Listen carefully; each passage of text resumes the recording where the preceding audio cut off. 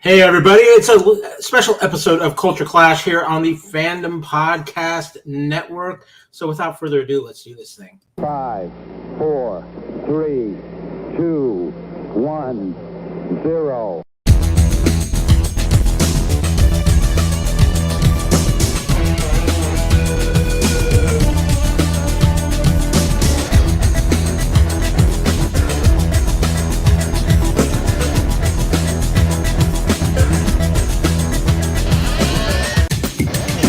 This is the Culture Clash. Liftoff. We have a liftoff.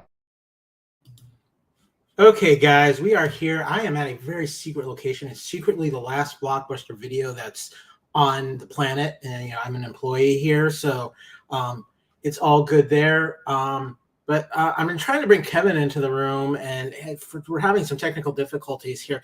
Damn it! Come on, Kevin, will you get in the room? What's the problem here? Come on now, this is ridiculous. What? It's Sunday. We're closed, sir. Where's this? What? Oh, wait. Can I rent this police academy here? I don't know. Can you rent that? I don't know. I need to see ID for that, sir. Yeah. Hey, guess what? Kevin Reitzel and I are in the same location. What? Everybody's going like, wait, the world is breaking. Yes, that is correct. Kevin and I are both here in Atlanta, Georgia. And we are here at the movie room of one queen of movie food, Lacee Aderhold. She has been kind enough to let us Check it out. Isn't it cool? Yeah, Kevin, why don't you take the camera real quick and show them down? The cord should be able to reach. And All right, so here, check it out. Ready? Here we go. Whoa, look at that. Movies. Aw. Pretty cool, right? and a lot cool. We're really very jealous here at the Fandom Podcast Network. Kevin, you were in the chat. I see we got a couple people active. Yes, we got Ghostbusters Quick Response Unit. Chris, by the way, hi. I miss you. We're visiting here in Georgia, but when I was living here, got to see you a lot, and I miss you, bro. So Kevin and I figured, okay, we're together. Acolyte's going on. We need to talk about Acolyte, and so this episode is going to be talking about Star Wars Acolyte here on the Fandom Podcast Network. And of course, episode 3, our reaction show. This is not going to be your typical full-length episode of Culture Clash because we are on vacation and we're kind of in a temporary setup thanks to Miss Queen of Movie Foo, Lacee Aderhold. In fact, there we go. Look at that picture right there. That picture right there. If you're listening to the audio podcast, make sure you check out the video on the Fandom Podcast Network YouTube channel. This is the Time Warp crew. Mm-hmm. These are the hosts of Time Warp here on the Fandom Podcast Network. Of course, myself, my buddy Kyle, and Lacee, the Queen of Movie Foo. And we are in her domain. She is allowing us to podcast from here. And we've had a great time reuniting here in Atlanta. Yeah, it's the first time I've seen this guy since pre-COVID. So. Yeah, in person, right? In person. I came here to see my stepdaughter Camille and spoil her on her birthday. And today is Father's Day, so I get to experience that with her. In fact, happy Father's Day to all you fathers out there. Yes. Yeah. Very happy Father's Day to my dad out there. And all you wonderful fathers out there, whether you're your biological stepfather, whatever, you're all doing an amazing job. Yeah. So it's been fun being here in Atlanta and catching up with old friends and 501st and Rebel Legion and The Finest. And it's been great. I love it. Yeah, it has been a blast. I'm here for a couple more days and I drive back to Florida, but excitement abroad here. And like I said, we got Star Wars Acolyte going, and we didn't really want to double up on episodes. And we figured since we were here, we're going to take the opportunity. We know this is a weird time and short notice for a Culture Clash Live. I've done all the tech work. Kevin just tries to be the pretty face. I say try, But yeah, we wanted to at least put something out because we wanted to, first of all, podcast together. And it's been a while since we've been in the same room. Obviously, we do this from afar, and it's nice to kind of catch up and do this in person. Yeah, exactly. Yeah. So we are talking about episode 3 of Star Wars The Acolyte. And I'm going to be a little honest, Kevin, we got some conversations to have. We do, but I did want to tease. We are going to talk about a movie that just dropped on Hulu called Brats, about the Brat Pack. I'm going to give my thoughts on that. We'll talk about that later. But right now, all of Star Wars fandom is very loud on a particular episode of The Acolyte. And of course, spoiler alert. Yeah, definitely. Spoiler alerts abound, ladies and gentlemen. We are going to have a deep dive conversation about episode 3 of The Acolyte. We got some thoughts here that we're going to share. And yeah. So, Kevin, we are into episode 3 of Star Wars: The Acolyte. First impressions. Let's be honest here, because I think we both have some very interesting and strong first impressions of this episode. Yeah. Okay, so for me personally, I'm a little on the fence about this. I see what they're doing, and I'm very curious about it. But I think the approach to it is where I'm kind of wavering on how it was done. And just to kind of sum up here, what we have basically is a flashback episode of our main twin characters, and how there are basically what we're going to call them, I guess, as far as we know, is a type of witch community. Right? Yeah, good way to put it. Now, I want to be very specific here. They do not clarify what kind of witches, because this is going to come up in a conversation later. Yeah. We need to be very clear that they do not clarify. They just call themselves witches. Yes, yeah. And of course, in the Star Wars fandom universe, we know, of course, the witches of Dathomir. And so we learn that these young sisters basically are about to kind of be inducted into, I'm just going to say, the witch class, the witch hood, the witch coven, I guess. What do you think is the best way to put that? The coven of witches. Yeah. They're going to go through a ceremony, and the sisters are kind of split on this, to be honest with you. Look at the picture. There we go. Mm-hmm. The sisters are kind of split on this, basically. We have, of course, May, who's all in. Yes, and she kind of has these little dark side tendencies that we see a little bit, regarding some stuff, especially here in the forests, if you're watching the slideshow. And then we have Osha, who's not really happy about this ascendance or this thing. She's having some doubts, and this kind of starts some friction between the two sisters, basically, right? I think that's fair. We're introduced to the mother here, who is kind of the leader of this coven of witches. Very interesting character in her own right. But yeah, this episode really kind of does feel like they're not quite sure what they're doing here. Either they're not quite sure what they're doing, or they're just kind of not giving us enough, and we're speculating too hard and fast on this. Well, I think there's some of that too. But the other thing, if you look at the slide I brought up here, we get to the scene where they're having this ceremony. Yeah. And this has been very much a sticking point on the internet. This episode and this scene, it just felt so out of place and really kind of corny. Yeah. I mean, the chant, the music, it was like, did we think this through all the way? I mean, Jodie Turner-Smith as Mother Anissa was fantastic. I don't get me wrong, I thought she was very good in this episode, but it just felt like they were kind of rushing through some aspects with these characters. And again, I understand it's a flashback. I'm sure we have more to learn, but there's things. And then, of course, the Jedi show up. Yes, yeah. And the Jedi want to basically kind of, in a way, test them and claim them, I guess, and say, no, they need to be Jedi. And the two sisters are torn on this, right? Mm-hmm. And things happen, basically. And so basically, when it gets down to it, one sister doesn't want to and one does. And one accepts wanting to become a Jedi. And the witches are not happy about this at all. But you kind of get the feeling they don't want to create conflict because of how powerful the Jedi are, and you kind of get the feeling that they want to keep what they're doing secret. Yeah, they feel like they're really trying to be off the grid. And of course, let's hit the elephant in the room here. When the Jedi show up, the line, these children have no father. Yeah. Which is gone to a lot of other places, which we're going to talk about here in a little bit. But that opens up a big Star Wars can of worms. Yes, it does. And the other thing about it too is I want to talk a little bit about the portrayal of the actual Jedi here, because one of the things we're taught is like the Jedi, no attachments. It's so like immediate. No attachments. Yeah. Soul immediately gets attached to Osha. Yeah. And again, it's you talk about, and I again, Soul is probably my favorite character on this show. I'm not even going to lie about that. I think he's being very well portrayed and acted. I want to mention a comment here from Ghostbusters Quick Response Unit. Of course, that is our friend Chris. He says, the show hasn't hooked me yet. I'm going to give it its run, but so far I'm underwhelmed, and I'm so tired of the Jedi being dragged through the mud. Oh, I totally get that. Yeah. Well, and let's talk about that for an aspect, because of course in episode 2 we have Master Tobin here, who we saw older. Something happened in this episode. They have the whole thing where his eyes get turned black by the mother. Yeah. Things like that, indicating there's a darker force here. Yep. At play. But again, I agree with Ghostbusters Chris here. And this is again something we're going to talk about here in a little bit, but there, for what is supposed to be these powerful, almost like galactic police force in a way, the Jedi from this, now you're going to go over now, basically expanding it over a 100-year period. It seems like the Jedi were just idiots. Yeah, they're not revered as much as we remember them to be, and they're showing. We've been seeing a lot of flaws with the Jedi from the prequel trilogy.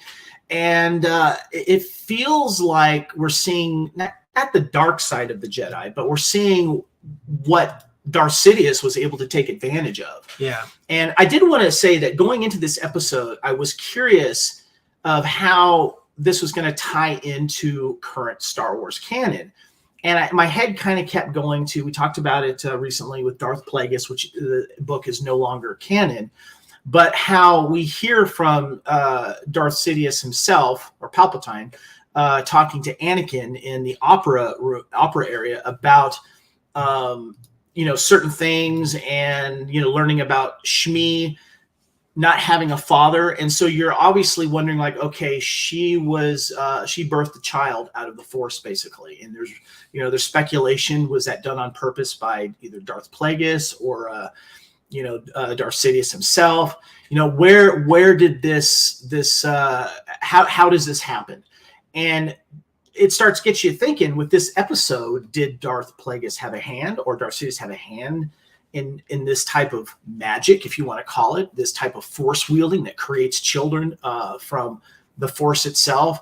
Will we find that there's a connection to that later in this series? So it's bringing up these questions, but before we get to those questions, Kyle, people are like, when I say people, there's a lot of Star Wars fans that are irate that, wait a minute, now we can create Force children? Does that make Anakin not special anymore?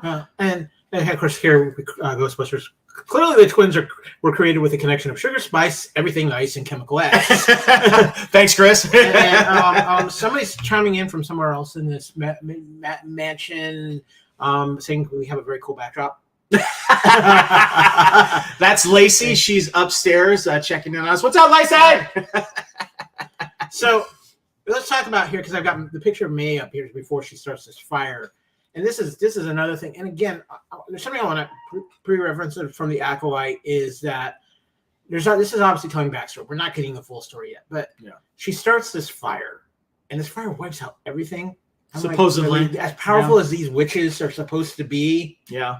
So that was something that was kind of a sticking point for me as well with the episode, and we'll get into that here. But there's so much here, Kevin, and I want to kind of start getting into kind of some of our main topics here that we've got to talk about with. Do we want to start with the Forbes article? Yeah. Well, actually, if you don't mind, I want to read a quote here that was in that article. Let me bring it up here. If you don't give me just I got the full article. I can read here if you want. So. Okay. Forbes put out, let me rush back up. Forbes put out an article talking about the Acolyte. You want me to read it? Yeah. Okay. All right. So this is from Forbes. It's not from some other clickbait place. And this is from a guy who has done a lot of articles for a lot of TVs and movies. And it's by Eric Kane. It says, The Acolyte Episode 3 Review, one of the most disappointing Star Wars episodes ever made. And if you are, let's just say, use the word a hater, you're going to jump on this right away going, yeah. If you are on the fence, you can see some stuff. If you are all the way supporting this episode and loving it, this kind of challenges some things. So I want to read this to you. It says, he goes in to say this. and this is interesting, says the third episode of Disney's The Acolyte is an embarrassment to the entire franchise. Starts off strong there, okay? Though the same could be said for so much Star Wars these days outside of Andor and the first 2 seasons of The Mandalorian. And we can probably say the majority of fans prefer the first 2 seasons of The Mandalorian and Andor, and then everyone's kind of on the fence. I think when we talk about that, I think there is a huge drop off from those 3 seasons of TV to everything else that's out there. I think there's a huge drop off to Kenobi. Yeah. There's a huge drop off to Book of Boba Fett. I think there was. I mean, there's fans that love it, and I love a lot of that too. Yeah, but I'm just saying in the quality of the show itself. Yeah, I think Ahsoka was kind of up and down. Yep. But I think as far as consistent quality across the seasons, the first 2 seasons of Mandalorian and the first season so far of Andor have been the most consistent, high-quality Star Wars that they've done. Everything else has either been really up or down, or just it feels out of place or like half-done Star Wars. Yeah. So Eric Kane goes on to say, there's one exchange between 2 characters in this latest episode. May, the Jedi are bad. Osha, the Jedi are good. Later, the same 2 characters, the twin protagonist and antagonist of the story, as children in the flashback episode say to one another, quote, "What have you done? What have you done? What have you done?" I want to ask Disney the same question. What have you done? The entire episode is a bad joke. We learn from May and Osha lived with their mothers in a society of witches, all of whom are female. It appears they are conceived using the Force or something. Force-using witches are also apparently frowned upon in the galaxy.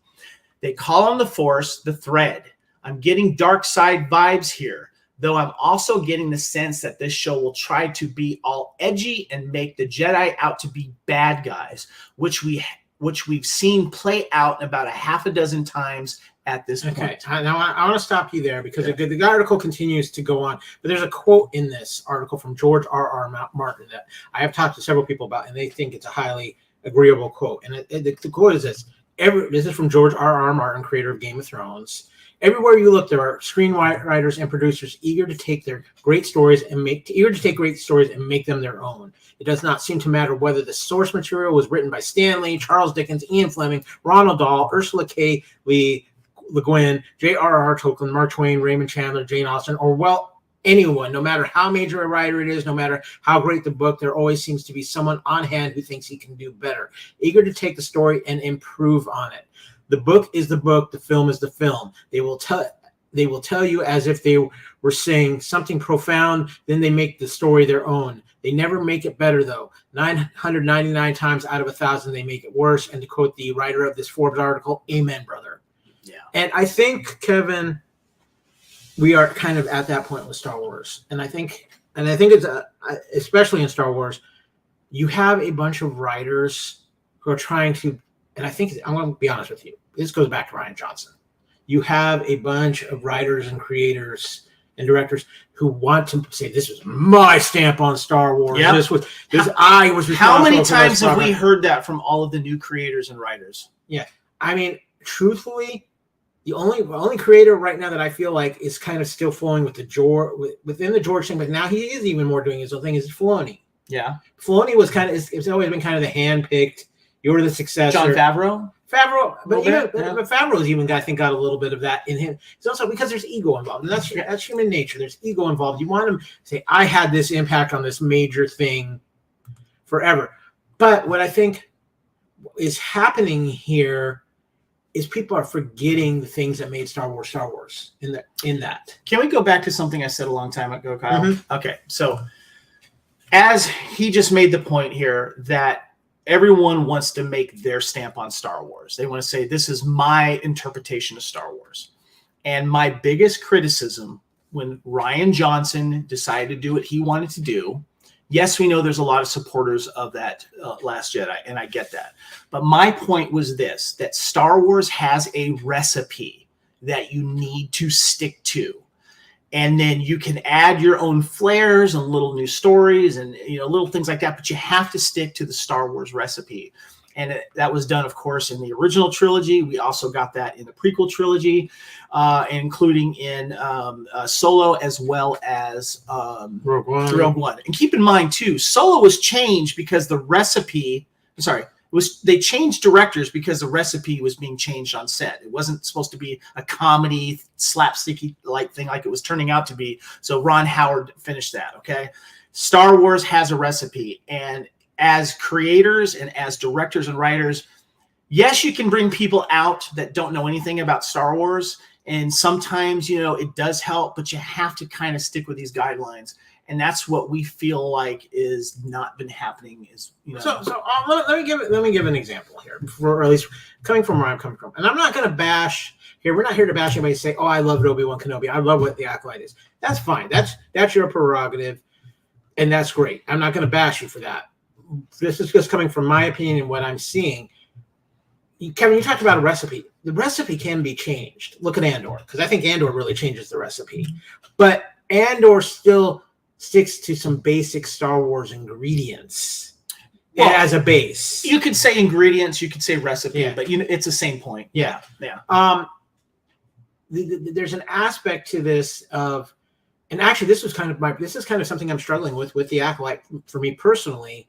I was actually looking forward to something that was in a different time frame, could take some chances and do something different. Right. And yet what I'm watching is something that is using and repeating trope after trope after trope in Star Wars and from other things within science fiction and fantasy and everything like that. And it's kind of annoying because you had this amazing opportunity to really do that, and yet it feels like they have creators in the case of the Acolyte that are afraid to take chances, or the chances that what they're doing is following something in their own agenda. Yeah. And I'm not going to bash on the Acolyte I know some people have bashed on about the wokeness, the whole thing with these witches and everything. I'm not. That's fine. When I say I don't care about that, I mean that doesn't matter to me. That's not going to affect. You're saying that there's an agenda that is an underlying thing. Yeah. And this doesn't affect how I view the story, but it's affecting how. My bigger problem is that there's no creativity. There's not anything to this point in the Acolyte that's making me go, oh my gosh, wow, this is something different. Yeah, I think too, to be fair, Kyle, and I think that we should also say too, is that if you're not liking what you're seeing thus far, I'm being a big Star Wars fan, I'm still going to watch it all the way through because I am curious to see where the end of this road is. I am curious to see if there is going to be connection to the larger universe that is canon, that we do know, whether it's the early Darth Sidious or Plagueis stuff, and how the Force is manipulated. And we're Star Wars fans, and Kyle and I are want to see how this goes, but we're not the bashers, but we do want to see something, better writing, because I got to tell you, the sets are fantastic. I think the clothing is fantastic. Some people disagree, but I think that overall, the idea is interesting, but breaks felt like they were just slammed on the show. Is that a proper way to say it? Maybe. What it honestly feels like to me right now is that you have separate writers ultimately trying to tell a different story, and instead of everybody, it feels like the sequel trilogies in a way. You've got too many people putting in aspects of the story, and not all the puzzle pieces are connecting. Yeah, well, I just want to say too, I know a lot of people, of course, are complaining about these witches making Force babies and stuff. Well, I'm sorry, we saw that in episode 1, it's we have seen witches before, just done in a different way. Of course, the witches of Dathomir, and we don't know, these witches could be an early version of the witches of Dathomir too, or related, or an offspring. Because here's the other thing I want to say about the Acolyte.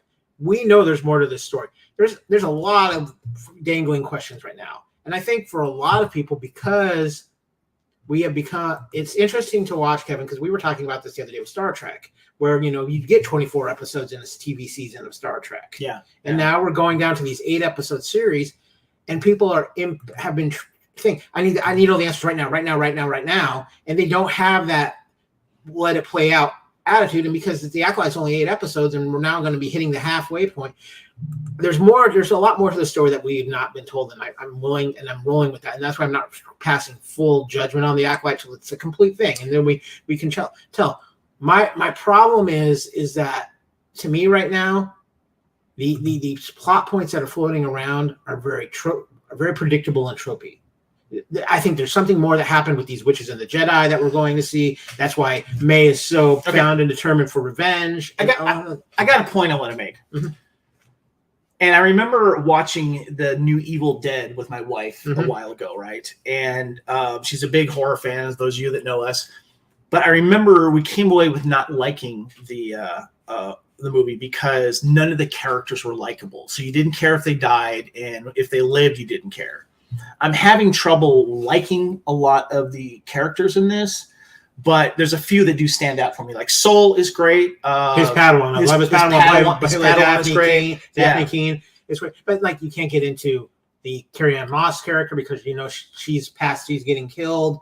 We don't know enough about the Wookiee Jedi yet. Even the Master Tobin character wasn't on screen that much. We can't get emotionally invested. Soul is the only character right now that I truly feel like there's any kind of emotional connection with. I feel no emotional connection to either one of these twins.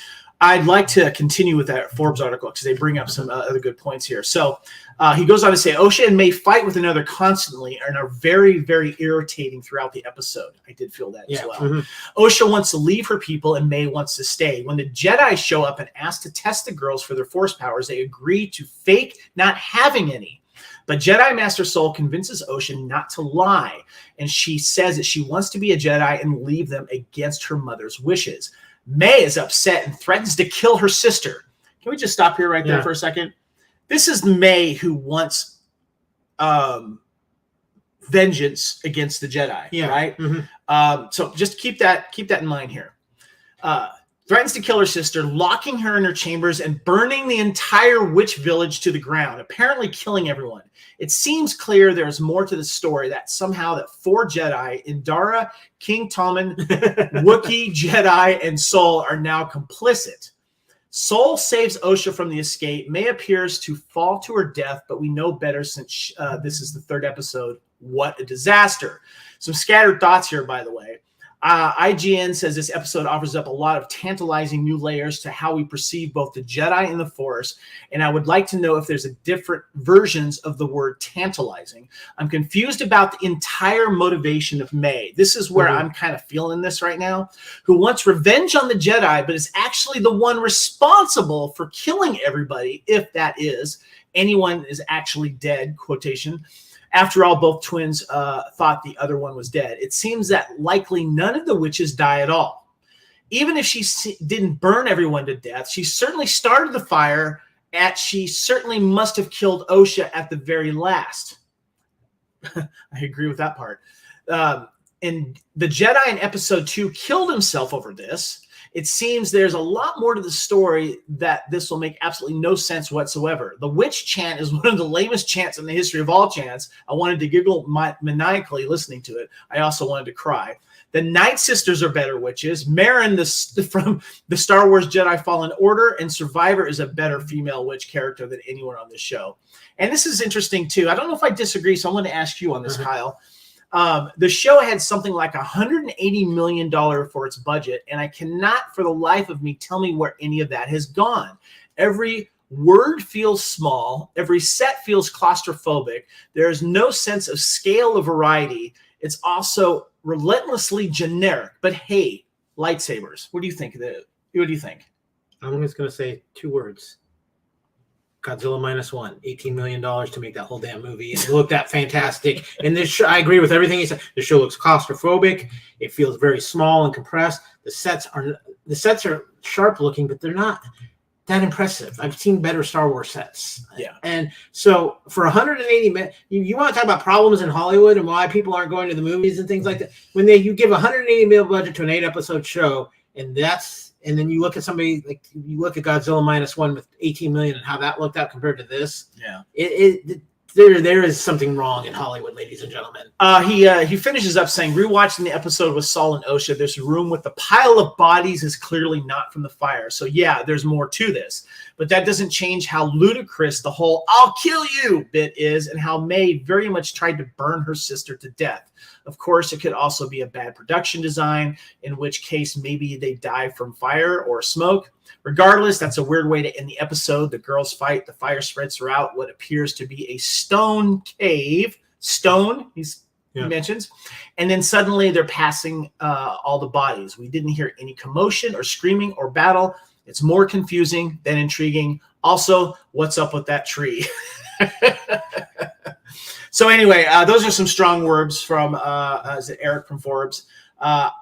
Some of this resonated with me. Yeah, very much so. Some of it, I'm like, but this isn't just a clickbait site, so it's nice to get a perspective on why someone who is invested in Star Wars didn't like this, and not just going out there to spread basically hate, and you know who you are. And again, this comes back to I think this is a problem with a lot of things right now, Kevin, is that we are in this aspect of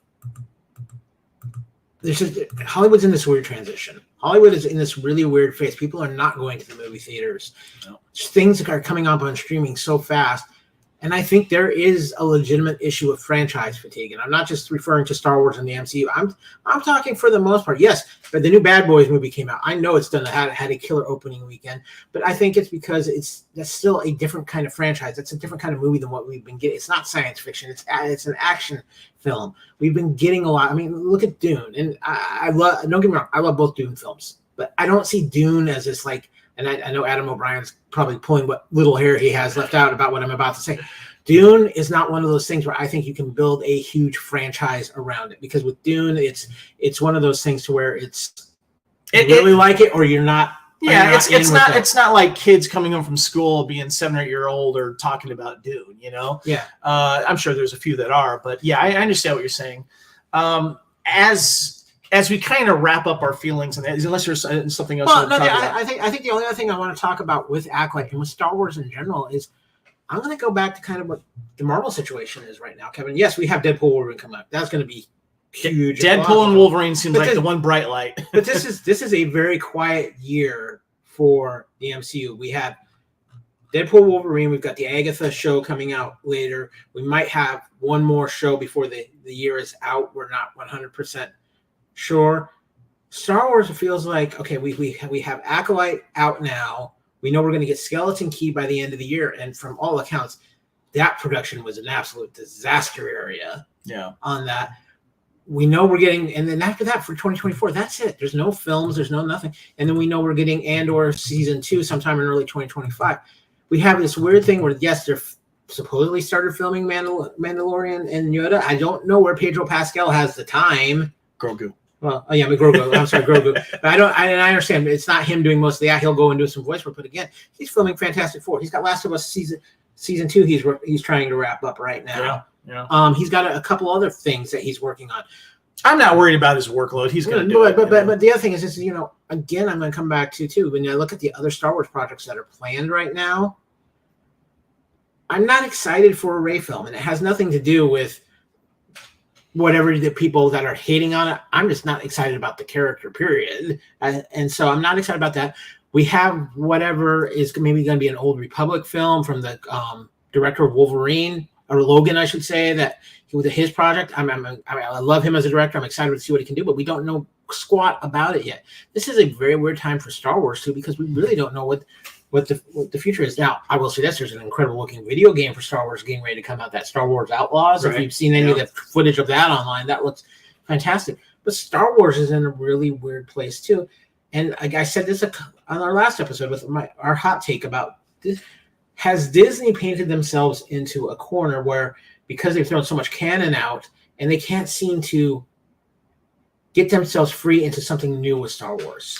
Well, they had a lot of stuff they could have pulled a lot more from the extended universe, and a lot of us wish that they would have gone there first. But I did want to kind of touch base on a few last things here.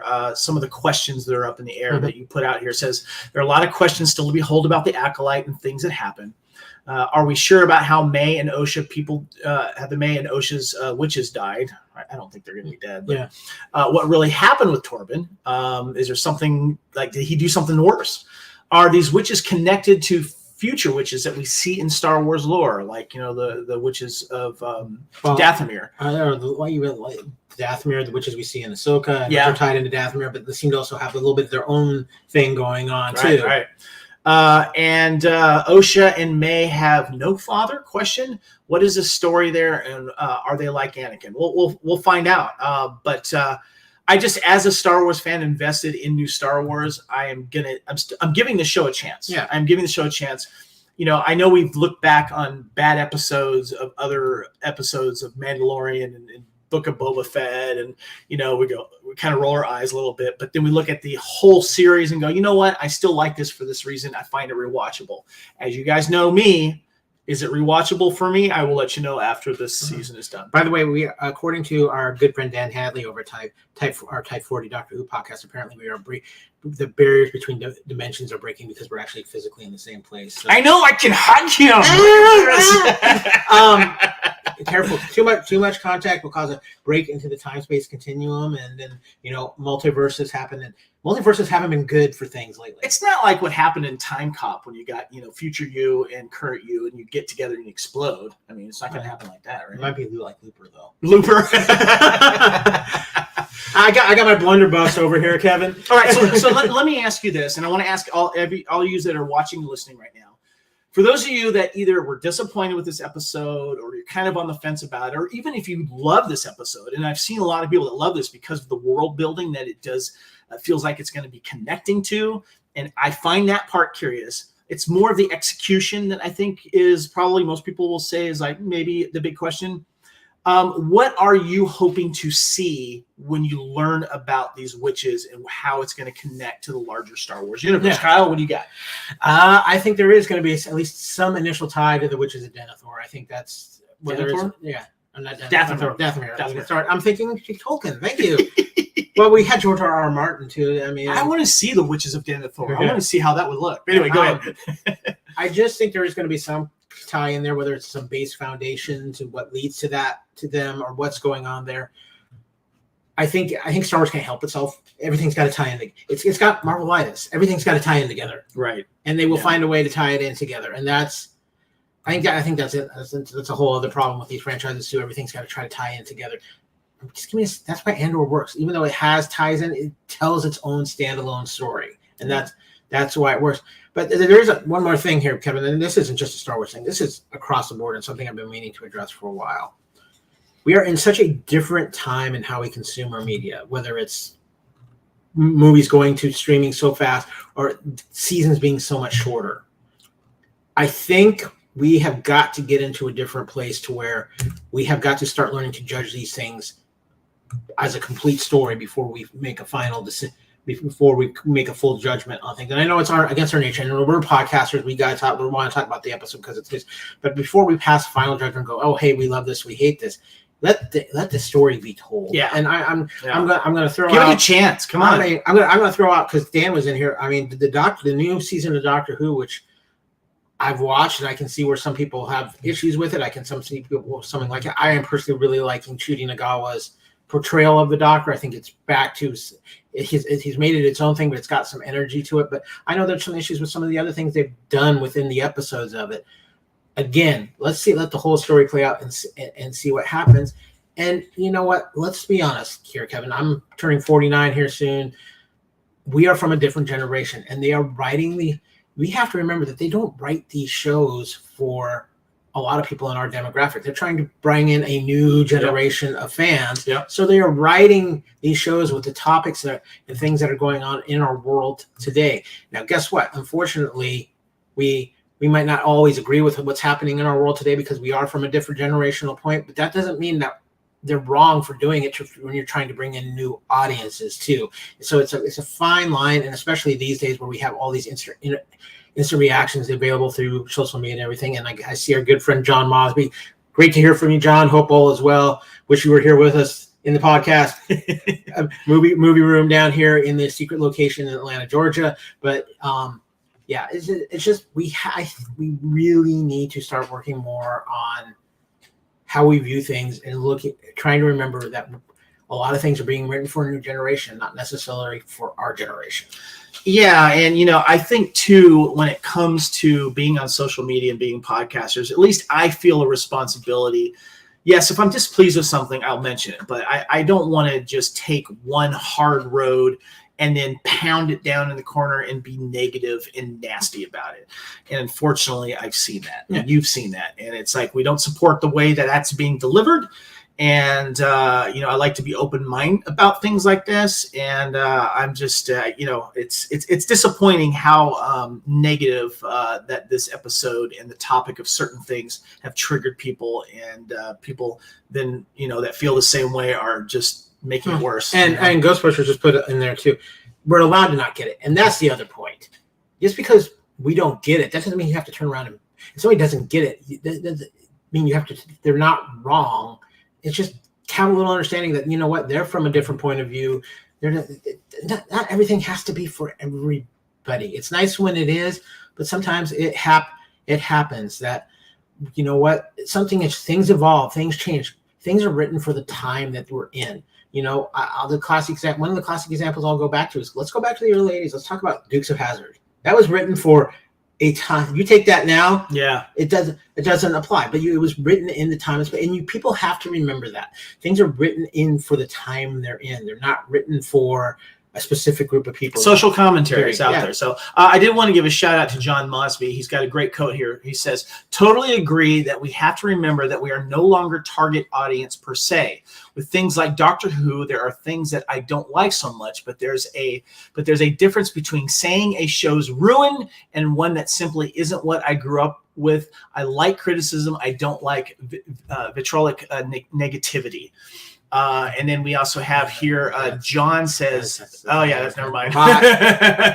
We got a bot there in the house. But yeah, so there we go. Thank you very much, John. Let's just, let's take a step back, guys. I know people love to throw a gasoline on the fire, but I'm too old for that.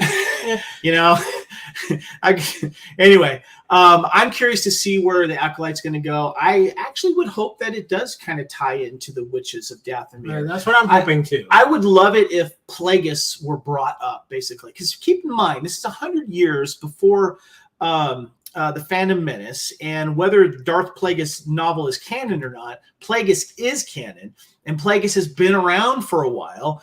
And I would love it if somehow maybe Plagueis is involved. Maybe this mysterious red-bladed Darksider that we've been teased maybe is an early apprentice of Plagueis himself, or someone that knows Plagueis, or maybe someone trying to unseat Plagueis. Who knows? I would love to kind of see that. We have the Witches of Dathomir. We kind of see similar things going on here. We never saw how the Witches of Dathomir procreated, but we did get a sense of them also adopting people into their society. Mm-hmm. Is that how the witches became a family, or did they use the Force to also procreate? We don't know all of that for sure. So there's questions there. Yeah. But I think, guys, that's going to kind of wrap up our talk about Acolyte, but we're not quite done yet. Now, yes, Kevin and I have been on vacation. I've been in Atlanta since Thursday. Kevin's been here since Wednesday. I go back to Florida Tuesday morning. He flies back, Wednesday morning? Wednesday, yeah. So we haven't been able to see a whole bunch of things. So next Culture Clash, I have a feeling we're going to be talking a little bit about Boys Season 4, maybe a little House of Dragon, a lot of stuff I'm going to try to catch up on before we do our next Culture Clash, besides the Acolyte here. So we're going to see. But Kevin, you did have managed to sneak in something in your travels on your way here. And I just real quick, I'm going to throw something in there. Godzilla -1 is out on streaming, and it seems like everybody's watching it. If you have not watched Godzilla -1 by now, whether it's on Netflix or iTunes, when bought it, $14.99 on iTunes for either the color version or the black and white version. The full color version is in 4K Dolby Atmos. Yes. Go see the best movie of 2023. It is just But Kevin, you did see something, so it is time for a little. Buy it, stream it, or unsee it. Kevin, we watch things. You do watch things, yes. On occasion, So, spoiler alert of the things we're going to be talking about. Very excited for that. And of course, too, we love our friends over at Letterboxd. Where Kevin, what are you up to now for 2024? I am at 201 movies right now. I'm depressed. I'm so depressed. Holding it here, I'll hold up my phone here. There's my list kind of starting right there. But yes, I saw something. Yeah. And what I saw was just released on Hulu, and it is. You got there? Okay. This is Bratz, And this is what everybody wanted to be in the Brat Pack, except them. In the 1980s, Andrew McCarthy was part of a young generation of actors who were set to take over Hollywood after a string of successful teen movies. However, when the New York Magazine cover story in 1985 dubs them the Brat Pack, stars in the making suddenly find themselves losing control over the trajectory of their careers. Now, almost 40 years later, McCarthy looks to reconnect with peers and co-stars so that together they can reflect on their respective legacies. I remember my wife, Erin, first found out through social media because she follows Andrew McCarthy when he started working on this. And we were so excited for this, and we're so happy that it finally released. I just saw it the other day. It is fantastic. If you are of our generation, you have to check this out, because in the 80s, and one of the things that they talk about in this documentary is that there was an explosion of and a boom of teen films that were about teens and what was happening during this time. It was a reflection of society, and all of these young actors were coming out in these films and also co-starring together in some of these films. And probably the most iconic ones, of course, is St. Elmo's Fire, The Breakfast Club, Pretty in Pink. You can even go back to anything John Hughes. Yeah, but you can also talk about The Outsiders. So all these young actors are coming up and talking and stuff. And it all started with this article in 85 that was supposed to be an article about Emilio Estevez. And I don't want to give too much away, but that's where it started. And that's where the term the Brat Pack started.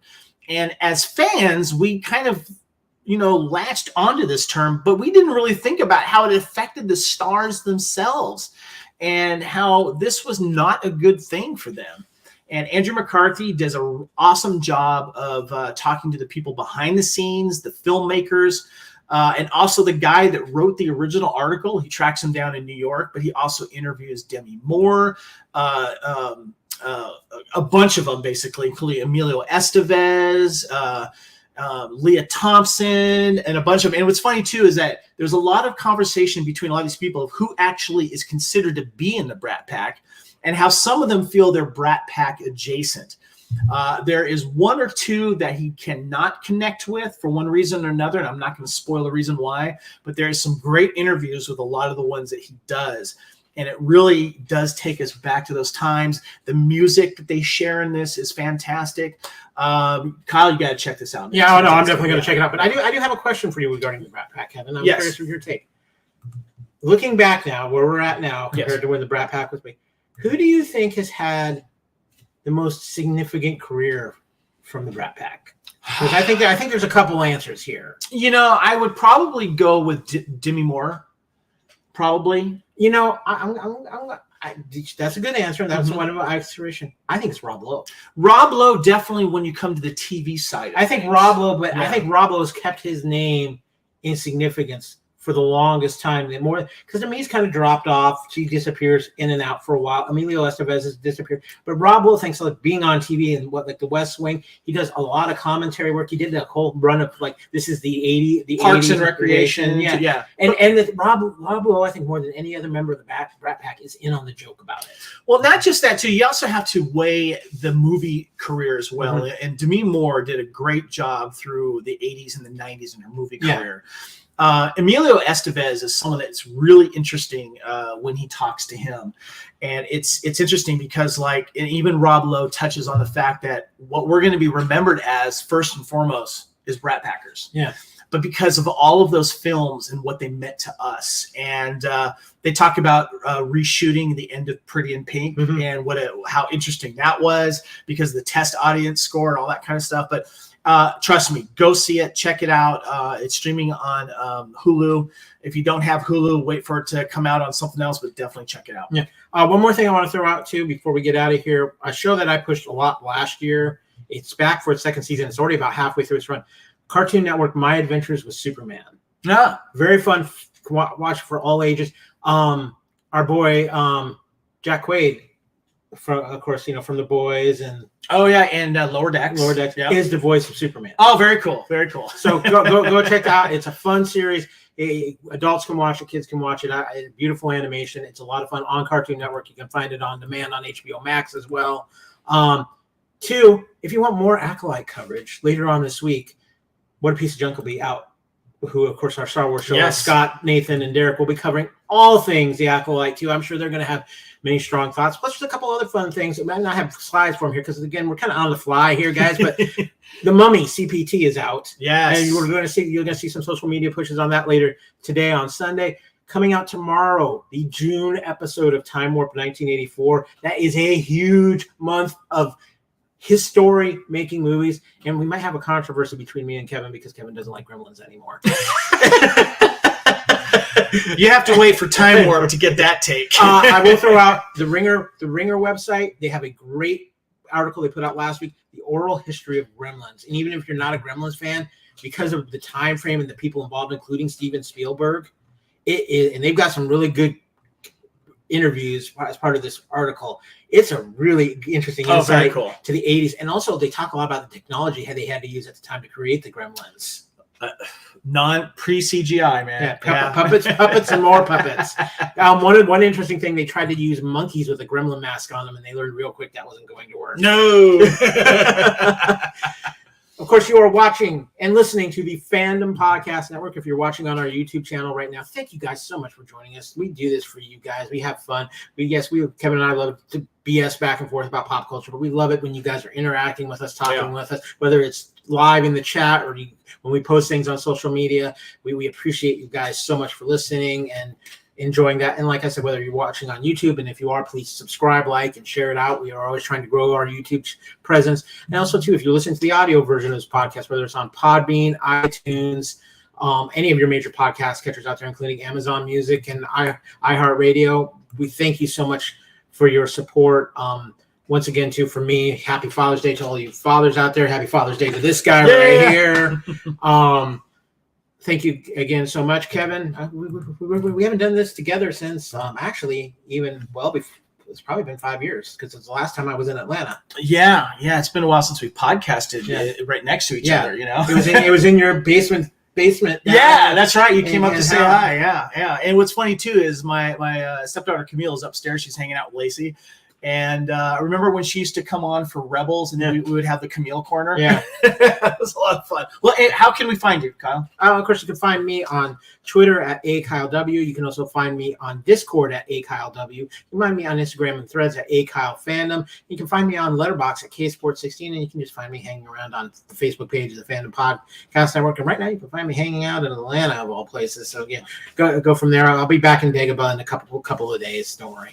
You can find me here in Lacee's library. I'm just going to stay here for the rest of my life. No. Okay, Kevin has built a area of worship down the road a little bit. He's got a chair. He just sits there and he stares for hours at the things on the wall. I love physical media. I'm wearing the shirt right now, and this feels like home. What Lacee doesn't know is I've got the Blockbuster sign on order to put on her house, so people can just come in and rent movies, and a little extra income on the side. Never hurt anybody, man. Just don't tell the IRS, please. My name is Kevin Reitzel. You can find me on X, Instagram, Threads, Letterboxd, Discord at all Spartan_Phoenix, and of course you can find me on the Fandom Podcast Network, and of course on Facebook. So yeah, check us out. And we will be back in a short period of time with Culture Clash Live, episode 250 of Culture Clash. Wow, 250 next episode. They haven't canceled us yet. I know, right? I guess it helps we have control over that. But it's the 250th episode. We are going to talk about Acolyte season episode 4. We're going to talk about a few other things, and I think we have an interesting conversation. I don't know if it'll be on episode 250, though it feels like it should be on episode 250, about what's going on in the box office these days. Yes, we have an interesting chat coming up about the box office. So yeah, and yes, Chris, you can find me in Lacee's basement. Not going. He's never leaving. There will be a skeleton there permanently. But guys, thank you so much for listening. Everybody in the chat, Chris, thank you, John guys. Mosby, everybody in the chat. Thank you so much. We love it when you guys participate. It just makes it that much more fun. But we're going to get out of here to enjoy the last few hours of vacation we got left. Thanks again for joining us. And as always, remember, the Fandom Podcast Network. It's about respecting each other, and most importantly, enjoy your fandom. We have done this thing, and we are out. See you guys.